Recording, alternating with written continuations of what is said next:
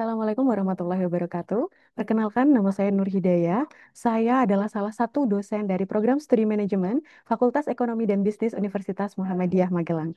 Pada kesempatan kali ini, saya akan memaparkan terkait dengan mata kuliah yang saya ampu di semester ini. Mata kuliah yang saya ampu di semester ini salah satunya adalah manajemen perbankan syariah. Manajemen perbankan syariah merupakan mata kuliah yang wajib harus ditempuh oleh semua mahasiswa program studi manajemen. Mata kuliah ini membahas secara mendetail tentang konsep bisnis perbankan syariah dan juga dibahas bagaimana perbedaan mendasar konsep bisnis perbankan konvensional dan konsep bisnis perbankan syariah. Tidak hanya itu, mata kuliah ini juga mengajarkan kepada mahasiswa tentang bagaimana mengukur kinerja keuangan dari lembaga perbankan syariah. Konsep analitis yang dikembangkan dalam mata kuliah ini menggunakan pendekatan yang sangat kritis supaya mahasiswa tidak hanya mampu menilai kinerja, namun juga merumuskan strategi percepatan pertumbuhan lembaga perbankan syariah. Untuk capaian pembelajaran mata kuliah ini, yang pertama adalah mahasiswa mampu menjelaskan rantai bisnis perbankan. Yang kedua, mahasiswa mampu menjelaskan perbedaan konsep bisnis perbankan konvensional dan perbankan syariah. Yang ketiga, mahasiswa mampu menjelaskan, membagi, dan membandingkan tentang manajemen dan regulasi dalam bank syariah, risiko, dan juga kecukupan modalnya. Yang keempat, mahasiswa mampu menjelaskan dan membandingkan tata kelola dan kinerja bank umum syariah dan unit usaha syariah. Yang kelima, mahasiswa mampu menguraikan mengenai prinsip pengawasan serta fungsi dan wewenangnya dalam melakukan pengawasan dan monitoring bank syariah. Yang keenam, mahasiswa mampu menjelaskan dan menganalisis masalah yang dialami perbankan syariah saat ini dan merumuskan strategi percepatan pertumbuhan bisnis perbankan syariah. Untuk materi pembelajaran yang dipelajari dalam mata kuliah manajemen perbankan syariah, yang pertama adalah konsep dasar dan aspek umum dalam perbankan, yaitu konvensional dan syariah. Yang kedua adalah bank syariah, resiko dan regulasi. Yang ketiga, jenis dan penerapan manajemen resiko perbankan syariah. Yang keempat, manajemen liability aset bank syariah. Yang kelima, tata kelola dan kinerja bank syariah dan unit usaha syariah. Yang keenam, produk perbankan syariah dan sistem pembayaran syariah. Yang ketujuh, audit dan pengawasan syariah pada bank syariah. Dan yang kedelapan adalah studi kasus perbankan syariah di Indonesia. Untuk referensi yang digunakan dalam mata kuliah ini, yang pertama adalah Andrianto dan Firmansyah yang berjudul Manajemen Bank Syariah, Implementasi Teori dan Praktek, penerbit Kiara Media. Yang kedua adalah Rustam pada tahun 2018, Manajemen Resiko Perbankan Syariah di Era Digital, Konsep dan Penerapan di Indonesia. Kemudian Antonio pada tahun 2018 yang berjudul Bank Syariah dari Teori ke Praktek. Yang keempat, Yahya dengan judul The Art of Islamic Banking and Finance.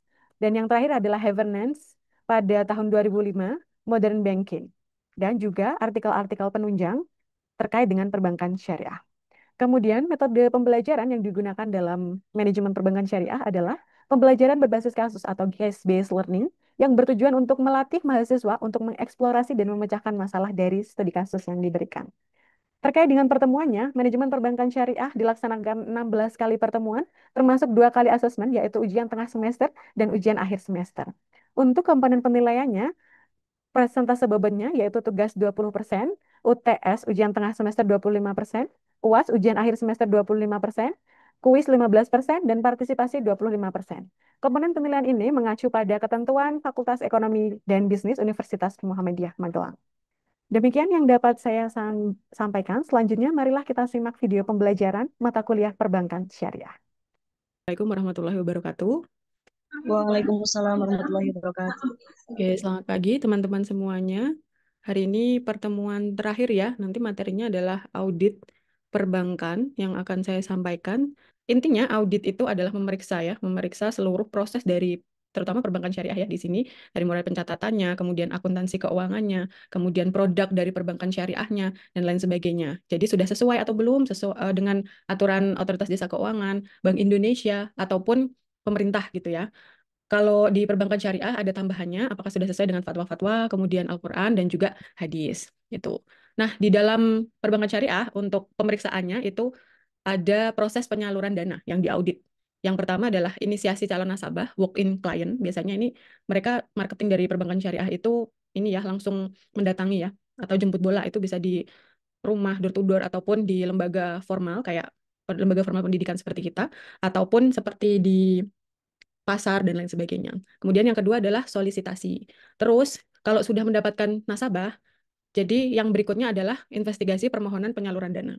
Sudah sesuai belum untuk langkah-langkah yang dilakukan oleh apa namanya marketing ya. Dalam hal ini yang terlibat adalah account officer atau AO, kemudian CS, nasabah sama kepala bagian marketing. Untuk AO ini dia adalah seleksi pertama ya. Kalau misalnya ada nasabah yang mau mengajukan kredit gitu. Jadi nanti yang pertama akan dimintai KTP-nya ya. KTP-nya nanti dilihat untuk reputasi dari keuangannya itu seperti apa. Teman-teman sudah tahu yang namanya SLIK,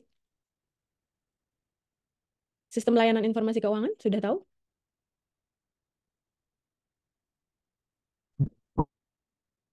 Hmm? Sudah tahu belum? SLIK Belum, Bu. belum. Kalau BI checking Tahu, Bu. Tahu, Bu. tahu. Nah, Apa benar. Raffi BI checking? Itu nek kalau di dunia leasing itu kalau mau ngutang mobil itu kayak riwayat nasabah itu pernah pinjam utang kemana aja gitu, Bu. Nah, itu dulu namanya BI checking, tapi kalau sekarang namanya SLIK ya. Jadi sudah diperbarui sistemnya namanya SLIK. Nah, tadi yang sudah dijelaskan tidak hanya leasing aja ya. Jadi kalau misalnya mau pengajuan kredit di perbankan syariah itu juga akan dicek. Jadi nanti akan terlihat riwayat dari hutangnya itu di siapa aja gitu ya. Apakah dari bank atau punya leasing atau dari mana gitu ya. Kemudian nanti setelah itu akan tahu skor kreditnya gitu. Teman-teman ada yang pakai pay letter atau pinjol? Ayo Pay nggak? letter, Bu. Home credit saya, Bu. Kredit. Nah, itu dua-duanya bisa dicek ya melalui Slack, Slack itu. Jadi nanti teman-teman secara berkala silahkan untuk cek KTP-nya, untuk Slack KTP-nya supaya ada nggak yang namanya gagal bayar gitu. Atau mungkin teman-teman tuh sudah membayar tapi tidak tercatat. Nah, itu bahaya ya. Jadi nanti akan mempengaruhi reputasi teman-teman dalam hal kredit. Gitu. Kalau saat ini mungkin belum butuh ya, tapi nanti nggak tahu kalau teman-teman kebetulan membuat bisnis terus butuh uang yang banyak. Nah, itu kan pasti akan dicek melalui KTP-nya. Atau kalau KTP-nya nanti digunakan oleh saudaranya untuk mengambil hutang atau gimana, itu kan bahaya juga ya. Terus temannya atau saudaranya gagal bayar. Nah, itu nanti harus dicek ya, mulai dari sekarang. Nanti akan ketahuan semuanya dari slip itu, kemudian AO akan memutuskan apakah nasabah ini nanti akan diberikan pinjaman atau enggak. Tapi kalau misalnya KTP setelah di slip itu masih bersih, AO-nya nanti akan kan bingung ya, apakah karakteristik dari orang ini itu mau membayar hutang atau karakteristik yang agak ribet terhadap hutang gitu. Karena kalau misalnya bersih, benar-benar bersih, belum punya riwayat kan kita nggak tahu dia seperti apa. Itu biasanya kalau pengajuan, misalnya dia pengajuan dalam jumlah besar, misalnya 50 juta, itu nanti akan dikasih separuhnya dulu, atau mungkin ya 10 juta dulu. Jadi untuk melihat track record-nya, apakah dia itu mempunyai karakteristik yang baik atau enggak. Itu tugasnya AO. Kemudian setelah itu, nanti kalau sudah oke semuanya, berkasnya, nanti akan dilempar ke yang kedua yaitu Customer Service atau CS. Ya, nanti akan eh, di sama CS akan dicek semuanya untuk berkas-berkasnya. Kemudian kalau sudah nanti akan dikasihkan ke kepala bagian marketing gitu. Kepala bagian marketing ini nanti akan memutuskan hutangnya berapa yang akan diputuskan untuk dikasih gitu. Kalau sudah baru nanti akan ketemu nasabah ya. Nasabah ini nanti akan dicek datanya apakah sudah sesuai, apakah dia yang bersangkutan atau enggak atau perwakilan dan lain sebagainya. Gitu. Kemudian jaminannya punya siapa, apakah punya nasabah itu atau enggak. Itu untuk investigasi permohonan penyaluran dana. Bisa dipahami, teman-teman? Bisa ya? Sampai sini ada pertanyaan mungkin? Belum, Belum, Bu. Bu. Belum ya. Kemudian untuk permohonan penyaluran dana, pihak yang terlibat adalah account officer sama officer admin dan juga legal. Kalau AO tadi sudah jelas ya untuk tugas-tugasnya. Kemudian kalau officer admin dan legal dia itu memeriksa kelegalan dari dokumen-dokumen yang diserahkan. Contohnya, misalnya kayak jaminannya BPKB, itu benar nggak? Valid nggak? Itu punyanya dia nggak? Gitu. Atau sertifikat, atau barang-barang berharga. Kalau misalnya permohonan kan nggak cuma barang berharga yang dalam bentuk surat ya teman-teman, bisa kendaraan, bisa alat-alat elektronik yang lain yang memang punya, yang memiliki nilai yang berharga gitu ya. Kemudian keputusan penyaluran dana nanti akan masuk di bagian administrasi penyaluran dana. Nanti akan dibuatkan mungkin apa namanya buku tabungannya. Kan tabungan kredit sama simpanan beda ya kalau di bank ya. Kemudian komite penyaluran dana, kemudian bagian admin. Oh sorry ini kelebihan satu ya yang nomor tiga. Jadi komite penyaluran dana itu nanti akan melihat apakah sudah sesuai atau belum. Kayak contohnya salah satu produknya. Kayak teman-teman tahu KUR ya, kredit Tahu, usaha. Bu. Tahu ya. Tahu, Bu. Nah, itu kan nanti ada salah satu syarat yang tidak mengharuskan, sorry, yang mengharuskan dia punya usaha. Nah, nanti si komite penyaluran dana juga akan melihat apakah ini orang benar-benar punya usaha atau enggak, atau usahanya cuma ya kayak sapi satu di foto, atau kayak warung satu di foto. Nah, itu warungnya siapa kan nggak tahu. Itu sering terjadi juga ya untuk keputusan penyaluran dananya. Itu sudah sesuai atau belum itu adalah tugasnya komite. Kemudian untuk dokumentasinya, pihak-pihak yang terlibat itu ada AO, legal officer, terus CS sama kepala bagian operasional yang pertama ya kreditnya gitu ya. Kemudian realisasinya nanti ada admin legal sama petugas operasi. Terus dokumennya, jenis dokumen penyaluran Dokumentasi penyaluran dana itu yang didokumentasikan yang pertama adalah jenis dokumen penyaluran dana. Dokumennya apa, surat berharga apa, bisa BPKB, bisa sertifikat, dan lain sebagainya. Terus nanti akan dicek keabsahannya, ini asli apa enggak gitu. Kemudian disimpan, kalau di perbankan syariah di skala yang besar, seperti misalnya BSI, Muamalat, dan lain sebagainya, itu mereka punya brankas tersendiri ya di tempatnya ya, yang pasti itu sudah aman. Tapi kalau misalnya kayak di BMT, KSPPS, ada sih brankas, tapi kadang mereka masih menitipkan ke bank syariah yang lebih besar gitu. Gitu ya teman-teman. Kemudian pengawasannya, itu ada prinsip sama objek. Prinsip pengawasan penyaluran dana itu yang pertama adalah pencegahan dini terhadap kerugian penyaluran dana. Terus yang kedua pengawasan atas penyaluran dana dan yang ketiga adalah audit internal penyaluran dana. Audit internal ini nanti akan memonitoring ya, mengecek seluruh proses. Jadi nggak cuma dokumennya aja. Jadi misalnya dia tuh punya atau ngasih jaminan ya, dia menyerahkan jaminan. Tidak hanya dia melihat jaminannya aja, tapi seluruh prosesnya. Yang pertama, apakah syaratnya sudah terpenuhi semua. Yang kedua, yang tadi, ini yang bersangkutan nggak yang pinjam dananya atau digunakan berapa banyak orang. Kan biasanya ada satu KTP digunakan beberapa orang ya. Jadi kayak misalnya 50 juta dipakai 5 orang, 10 jutaan. Nah, itu kan tidak boleh. Itu nanti akan menjadi temuan audit. Seperti itu. Kalau di temuan audit gimana? Nanti akan dikonfirmasi siapa AO-nya atau biasanya marketing kreditnya. Ya, AO atau marketing kredit tergantung pada produk apa yang disalurkan ke masyarakat. Setelah dikonfirmasi, nanti dia akan dipertimbangkan apakah dia tahu kalau misalnya uang itu digunakan oleh 5 orang atau dia tidak tahu gitu. Nah, untuk tingkat kesalahannya nanti bervariasi ya, biasanya ada ampunan, ada juga yang kalau misalnya dia itu lebih parah lagi, misalnya ternyata dia ikut dalam 5 orang itu salah satunya, kan tidak boleh ya dia hutang di apa namanya di banknya sendiri, kecuali kalau misalnya produk untuk karyawan itu nanti akan terkena sanksi gitu, namanya kalau di perbankan itu S48. Jadi S48 itu salah satu bentuk teguran ya. Jadi penertiban untuk karyawan. Bentuknya apa sanksinya? Bisa pemutusan hubungan kerja, bisa juga untuk bonusnya dihilangkan, kemudian grade-nya, kan mereka punya grade ya teman-teman, grade-nya itu diturunkan, atau kena penalti, atau yang lainnya, tergantung keparahan dari kesalahan yang dilakukan oleh karyawan tersebut. Nah itu nanti tugasnya audit, baik dari audit internal maupun audit eksternal. Gitu. Kemudian objek pengawasan penyaluran dananya itu adalah yang pertama pejabat bank yang terkait dengan penyaluran dana. Ya tadi ya ada AO, kemudian ada CS, ada admin legal, ada petugas operasional dan lain sebagainya. Kemudian yang kedua jenis penyaluran dana. Karena produk dari bank syariah itu kan banyak sekali ya teman-teman. Apakah sudah sesuai atau belum? Kemudian yang ketiga adalah pihak yang terkait dan tidak terkait oleh bank. Ya, kalau pihak terkait itu biasanya ya audit internal, audit eksternal gitu. Yang tidak terkait ya apa namanya? Biasanya kalau ada yang gagal bayar itu keluarga dari si peminjam itu, si apa peminjam kredit gitu. Kemudian ini fungsi dari pengawasannya, ya intinya mereka mengawasi ininya ya, apakah sudah sesuai atau belum gitu, sesuai dengan aturan, sesuai dengan syarat-syaratnya dan lain sebagainya gitu. Ini juga dilakukan oleh auditor ya, auditor baik internal maupun eksternal. Nah, auditor internal ini biasanya dilakukan 3 bulan sekali atau 6 bulan sekali. Kalau audit eksternal karena dia melibatkan ini ya akuntan publik ya, akuntansi keuangan, jasa akuntan publik itu nanti dia 1 tahun sekali atau 6 bulan sekali, tergantung pada perbankannya. Tapi kalau misalnya kurun waktu pelaksanaan auditnya, maksudnya berapa lama, berapa minggu atau berapa bulan, itu tergantung kasusnya itu parah atau enggak. Itu semakin parah biasanya semakin lama. Jadi kayak misalnya yang tadi dipakai oleh 5 orang, terus ternyata dia pakai, terus dia dipakai lagi untuk siapa? Nah itu kan lama ya, karena banyak sekali orang yang menggunakan dananya.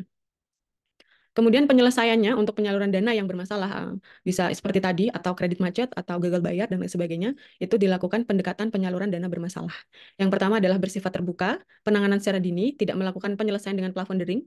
Tidak melakukan penyelesaian dengan plafon dering ini maksudnya salah satu contohnya itu kan biasanya ada produk yang musiman ya teman-teman, kayak 4 bulan sekali atau 6 bulan sekali gitu.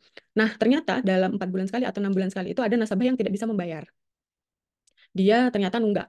Nah, itu sama karyawannya dikasihkan solusi untuk misalnya awalnya 10 juta dikasih dengan 15 juta tapi dibuat angsurannya per bulan. Nah, itu tidak boleh ya di dalam perbankan. Kenapa? Karena nanti akan menimbulkan masalah yang lebih kompleks lagi. Satu, bunganya dia tambah naik, kemudian apa namanya? Dua, jaminannya belum tentu orang tersebut yang gagal bayar itu bisa membayar angsuran per bulan.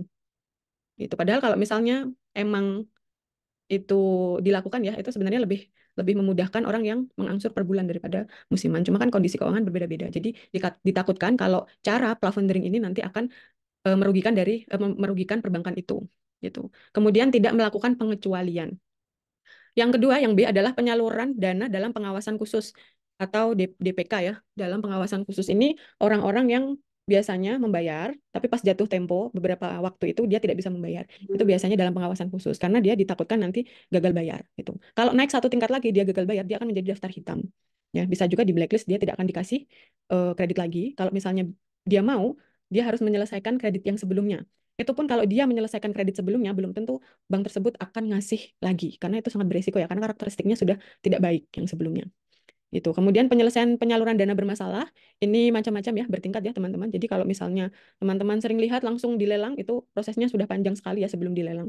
Yang pertama, pihak bank itu akan dia melakukan pendekatan kepada nasabahnya. Bisa nggak untuk membereskan masalah kredit ini? Nanti akan dikasih beberapa waktu gitu. Tapi kalau misalnya dikasih beberapa waktu dia masih tidak bisa menyelesaikan, nanti akan naik tingkat ke gugatan sederhana ke pengadilan. Gugatan sederhana tidak mempan lagi, ya dia akan apa namanya ditanya lagi bisa nggak untuk menyelesaikan. Itu biasanya dia dilakukan pembinaan kepada nasabahnya di bank gitu. Jadi pembinaan itu nanti apakah dia sudah bisa atau belum? Kalau tidak bisa baru yang terakhir nanti akan lelang ya. Jadi lelang itu prosesnya sudah sangat panjang sekali sampai pada lelang. Beda ya sama rentenir kalau misalnya bunganya sudah tinggi terus dia tidak bisa kan dia langsung ya udah ini punya saya gitu kan kalau rentenir. Kalau bank itu enggak. Jadi melalui banyak proses dulu baru sampai ke apa namanya lelang gitu. Kemudian yang berikutnya adalah penyusunan program penyelesaian penyaluran dana bermasalah.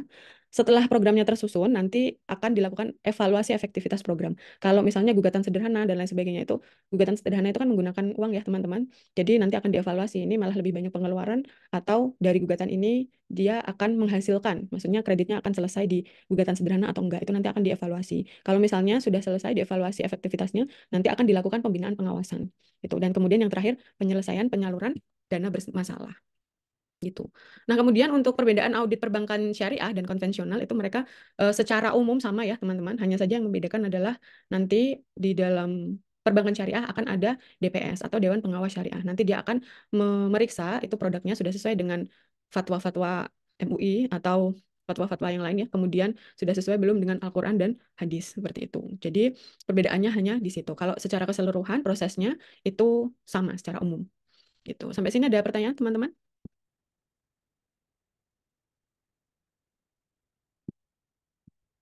Tidak ada? Semuanya sudah jelas ya? Oke, kalau sudah jelas untuk yang berikutnya, ini komite audit ya, ini secara garis besar ya teman-teman, komite audit perbankan syariah. Jadi ada yang pertama strukturnya, struktur dan komposisi komite audit. Jadi ada yang pertama anggota komite audit itu bertanggung jawab kepada Dewan Komisaris. Kemudian keanggotaan komite audit paling kurang ya minimal terdiri dari seorang komisaris independen yang merangkap menjadi ketuanya, kemudian yang kedua seorang pihak independen yang memiliki keahlian di bidang akuntansi keuangan dan juga pihak independen yang ahli di bidang perbankan syariah supaya tidak miss ya. Karena keuangan di dalam perusahaan sama perbankan itu biasanya beda. Rasio-rasio yang dihitung itu beda ya. Kemudian yang ketiga adalah anggota komite audit bukan merupakan anggota direksi bank syariah maupun bank lain. Harus independen ya semuanya. Kenapa? Karena ditakutkan nanti akan ada campur tangan dari pihak ke pihak kepentingan dari orang-orang yang berkepentingan gitu ya. Kemudian yang keempat, mayoritas anggota komisaris yang menjadi anggota komite audit harus komisaris independen. Dan juga yang terakhir, pengangkatan anggota komitenya dilakukan oleh direksi berdasarkan keputusan rapat Dewan Komisaris. Nah, biasanya untuk struktur dan komposisi komite audit ini tidak secara berkala berganti ya, teman-teman. Ada apa namanya? Kurun waktunya yang agak panjang ya, tidak 1 tahun sekali. Kecuali untuk yang auditor eksternal ya, karena itu kan kerjasama antara bank syariah dengan kantor akuntan publik. Kalau misalnya dirasa jasa yang diberikan oleh kantor akuntan publik A itu tidak bagus ya, tidak sesuai, nanti mereka akan mencari kantor akuntan publik yang lain. Kalau misalnya sudah oke, biasanya akan bekerja sama dalam beberapa waktu. Gitu. Jadi audit itu ada audit internal dan eksternal. Gitu. Kemudian aturan audit itu kalau di bank syariah sama bank konvensional sama ya teman-teman, aturan audit nasional dan internasional. Jadi kalau misalnya di perbankan syariah itu boleh selama dia tidak bertentangan dengan prinsip syariah. Ya. Terus AAO, IFI, GSI, FI itu menjelaskan kalau audit syariah itu adalah laporan internal yang bersifat independen. Tidak boleh ada campur tangan siapapun ya. Dan itu murni hasil temuan dari auditnya. Gitu. Dan dia harus dilakukan dengan pendekatan aturan syariah, terus fatwa-fatwa, kemudian sudah sesuai belum dengan Al-Qur'an dan juga hadis gitu. Nah, untuk auditingnya itu dia dilakukan prosesnya menghitung, memeriksa, dan memonitor. Jadi secara sistematis ya. Kemudian tindakan seseorang, jadi nanti akan diperiksa juga karyawannya apakah melakukan fraud atau kecurangan atau enggak. Kemudian harus lengkap dan sesuai dengan syariah untuk perbankan syariah. Terus yang terakhir adalah untuk mendapatkan reward dari Allah Subhanahu wa taala di akhirat itu untuk aturan audit. Terus analis audit dan pengawasan di bank syariah itu yang dilihat adalah yang pertama kondisi keuangan. Jadi dilihat nanti apakah bank syariahnya itu sudah patuh pada ketentuan pada perbankan secara umum berdasarkan Bank Indonesia atau OJK dan juga aturan pemerintah ya. Kalau misalnya di perbankan syariah ya berarti apakah sudah sesuai dengan aturan syariah gitu. Kemudian yang kedua, pemenuhan prinsip syariah itu harus dipenuhi dalam kegiatan operasional bank. Ya, jadi nanti akan ada sistem pengawas internal dan eksternal untuk pemenuhan prinsip syariah ini. Kalau internal nanti akan dilihat oleh pengawas internal, terus RUPS, Rapat Umum Pemegang Saham, ya. Tidak ini ya teman-teman ya, tidak selalu saham itu dipublikasikan ya. Kadang ada juga yang kayak misalnya BMT gitu, tapi modalnya didapatkan dari investor, meskipun dia tidak memperjualbelikan saham gitu. Makanya tetap ada Rapat Umum Pemegang Saham. Terus ada Dewan Komisarisnya, ada Dewan Auditnya, DPS atau Dewan Pengawas Syariah, terus Direktur Kepatuhannya sama Satuan Komite Audit Internal Syariah Reviewer. Kalau di sistem pengawasan eksternal itu terdiri dari unsur Bank Indonesia, terus akuntan publik tadi ya, jasa akuntan publik itu termasuk auditor eksternal, kemudian ada Dewan Syariah Nasional sama stakeholder ya atau masyarakat pengguna jasa.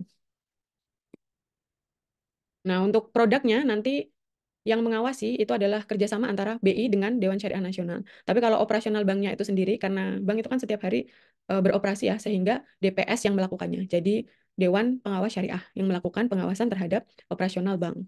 Gitu. Nah, ini tugas dan tanggung jawabnya. Saya kira teman-teman sudah tahu ya tugas dan tanggung jawab audit. Intinya dia membuat rencana dulu untuk auditnya itu kurun waktunya berapa lama. Terus ruang lingkup yang akan diperiksa itu apa aja. Apakah dari penyaluran dana, kemudian penghimpunan dana, kemudian investasi dan lain sebagainya. Kalau sudah ditentukan ruang lingkupnya, nanti akan dianggarkan berapa sih anggaran yang kita butuhkan untuk melakukan audit. Gitu. Nah, kalau sudah selesai auditnya, itu namanya, biasanya kalau di bank itu istilahnya exit ya. Kalau sudah exit, mereka akan melakukan mekanisme dan pengambilan keputusan rapat. Yang mana rapatnya itu ditentukan ya. Yang pertama, rapat komite audit itu dilaksanakan sesuai kebutuhan bank syariahnya. Tetapi minimal dilakukan 4 kali dalam setahun. Ya, jadi kan seperti triwulan ya, atau 3 bulan sekali. Gitu. Boleh lebih nggak boleh. Ya, kalau misalnya ada kasus yang lain ya, pasti waktunya akan lebih. Kemudian rapatnya harus dihadiri minimal 51% anggota dan harus dihadiri ketua komite dan juga pihak independen. Kalau misalnya nggak ada komite sama pihak independennya, itu nanti tidak dilakukan rapatnya ya, karena yang memutuskan ya, itu kan harus ada ketua komite dan pihak independen itu sebagai pengawas gitu. Kemudian dilakukan berdasarkan musyawarah mufakat. Kalau misalnya musyawarah mufakat itu tidak tercapai, maka mereka akan melakukan voting ya, berdasarkan banyaknya suara itu berapa. Nah, satu orang hanya berhak satu suara aja. Jadi kalau misalnya ada salah satu anggota yang dia nggak bisa hadir di dalam rapat audit itu tidak boleh diwakilkan ya, cuma satu tok gitu. Kemudian segala keputusan yang dihasilkan dari rapat itu harus dipatuhi oleh seluruh anggota komite audit. Seperti itu. Sampai sini ada pertanyaan teman-teman? Kayak nasabah yang minjem-minjem itu loh, Bu. Nah, kadang kadang kan nakal gitu ya, Bu. Mm-mm. Terus apakah auditnya itu kan semisal pinjam di bank satu, terus dia juga pinjam di bank lain itu untuk datanya itu apakah memang hanya cuman bank itu yang tahu atau sebenarnya bank lain juga tahu, tapi kok kenapa kok itu tuh namanya juga nggak terfilter karena beliau ini udah nasabah nakal gitu loh, Bu. Oke. Kasus seperti ini biasanya dia itu di awal mengajukan kreditnya bareng. Kurun waktunya bareng. Jadi misalnya contohnya ada si A gitu ya. Dia itu butuh uang untuk apa namanya bisnisnya gitu. Kalau dia cuma ngambil satu satu apa namanya bank tok, itu dananya itu tidak nyampe gitu. Karena di bank itu kan juga ada perhitungan ya teman-teman. Ada namanya RPC. RPC itu kapasitas seseorang itu untuk membayar hutang. 30% dari penghasilan maksimal, itu sudah maksimal. Nah, kalau misalnya penghasilannya cuma 3 juta, terus dia mengambil utang misalnya 150 atau 200 itu kan nggak bisa ya, atau 300 lah itu kan nggak bisa. Nah, maka dari itu karena dia sudah tahu, biasanya dia akan mengajukan di bank yang lain gitu. Saat di slik itu atau di BI checking kalau teman-teman tadi bilang, itu dia KTP-nya masih bersih gitu. Jadi saat KTP-nya masih bersih kan mau nggak mau kan bank itu belum melihat reputasinya seperti apa ya kan. Tapi kalau sudah memang beberapa kali ternyata kan ya RPC itu nyata ya teman-teman. Kalau lebih dari 30% itu otomatis dia akan apa ya bahasanya itu ya? Guling. Guling apa sih? Pokoknya dia kesusahan untuk membayar gitu loh, kalau lebih dari 30%. Nah, kenakalannya itu baru ketahuan saat dia melakukan gagal bayar gitu atau kredit macet. Ketika dilakukan periksa ulang, biasanya itu sudah ada banyak tunggakan gitu. Tapi kalau memang sebelumnya dia itu apa namanya tidak bersamaan, ya pasti akan ketahuan dari slik itu. Gitu. Jadi kalau dia sudah punya utang di tempat A, terus dia mengajukan lagi di tempat B dalam kurun waktu yang berbeda, itu pasti akan ketahuan. Tapi kalau bareng itu ya kasusnya itu tadi susah ya untuk diidentifikasi. Begitu, Mbak April. Ya, Bu, terima kasih. Tapi kalau memang eh, belum limit itu berarti di KTP itu misal mau minjem lagi masih bisa atau udah ada ketentuan cuman bisa minjem di 2 bank atau 3 bank gitu, Bu? Lo Atau gimana? mau minjem di 10 bank pun nggak masalah kalau misalnya dia mampu gitu. RPC-nya itu tadi. Jadi kalau apa namanya kekuatannya atau kapasitas bayarnya itu belum mencapai 30% dari penghasilan, itu bank itu pasti masih akan tetap mempertimbangkan kalau dia punya riwayat kredit yang bagus gitu. Tapi kalau ternyata dia itu Ya. apa namanya sudah lebih dari 30%, dipastikan dia tidak akan bisa membayar gitu. Jadi di dokumen awal itu tidak hanya dicek sliknya aja ya teman-teman, tapi penghasilan. Penghasilan beda ya sama pendapatan ya. Penghasilan itu kan seluruh komponen dari pendapatan, terus apa namanya gaji, upah dan lain sebagainya. Totalnya itu adalah penghasilan. Nah, penghasilan itu kan jumlah terbesar kan dari gaji, upah, terus misalnya bisnis dan lainnya. Nah, ketika 30% itu kok apa sudah terlampaui, nah itu pasti bank tidak akan mau karena dipastikan dia pasti akan nanti bermasalah pada kreditnya. Tidak mungkin tidak gitu. Jadi tidak sebenarnya tidak ada target ya berapa hutang yang harus diambil atau berapa hutang yang bisa diambil. Tapi kemampuan dari seseorang itu membayar itu gimana. Nah ini juga buat teman-teman kalau misalnya yang pakai pinjol atau pay later, kalau misalnya lebih dari 30% dari pendapatan teman-teman, itu nanti dipastikan teman-teman akan hutangnya itu bisa tidak terbayar gitu. Jadi nggak cuma kredit dalam jumlah besar ya, tapi kredit dalam jumlah kecil misalnya pay later atau pinjol. Nah orang-orang yang gagal bayar kebanyakan itu gali lubang tutup lubang. Jadi ini jatuh tempo dia hutang lagi, jatuh tempo hutang lagi. Padahal tidak boleh seperti itu. Karena itu adalah lingkaran setan ya teman-teman, itu tidak akan selesai gitu. Padahal bunga itu kan terus berjalan ya, misalnya pinjol A. Terus dia susah untuk membayar, dia pinjol B untuk membayar pinjol A. Sedangkan bunganya itu masih sangat besar. Jadi itu nanti tambah menggunung, tambah besar, tidak bisa terselesaikan gitu. Solusinya kalau kalau misalnya tidak bisa membayar ya itu dibiarkan dulu aja. Dibayarkan dulu aja. Kalau misalnya punya uang ya dibayar gitu, dibayar sedikit demi sedikit. Jangan mengambil hutang lagi. Kecuali kalau misalnya pinjam saudara yang tidak ada bunganya itu boleh. Ya, tapi saudaranya juga dikasih tahu ini ada berapa lama waktu yang akan membayar. Itu semua tuh ada strateginya ya untuk utang ya teman-teman. Jadi jangan sampai gali lubang tutup lubang itu tidak akan selesai. Gitu. Bisa dipahami teman-teman? Baik, bisa, Bu. Terima kasih, Bu. Jadi sebelum kita akhiri kita berdoa terlebih dahulu ya teman-teman. Semoga ilmunya Iya, bermanfaat. Bu. Berdoa mulai. Selesai. Terima kasih sekali lagi. Selamat beraktivitas. Wassalamualaikum warahmatullahi wabarakatuh. Waalaikumsalam. Waalaikumsalam warahmatullahi wabarakatuh.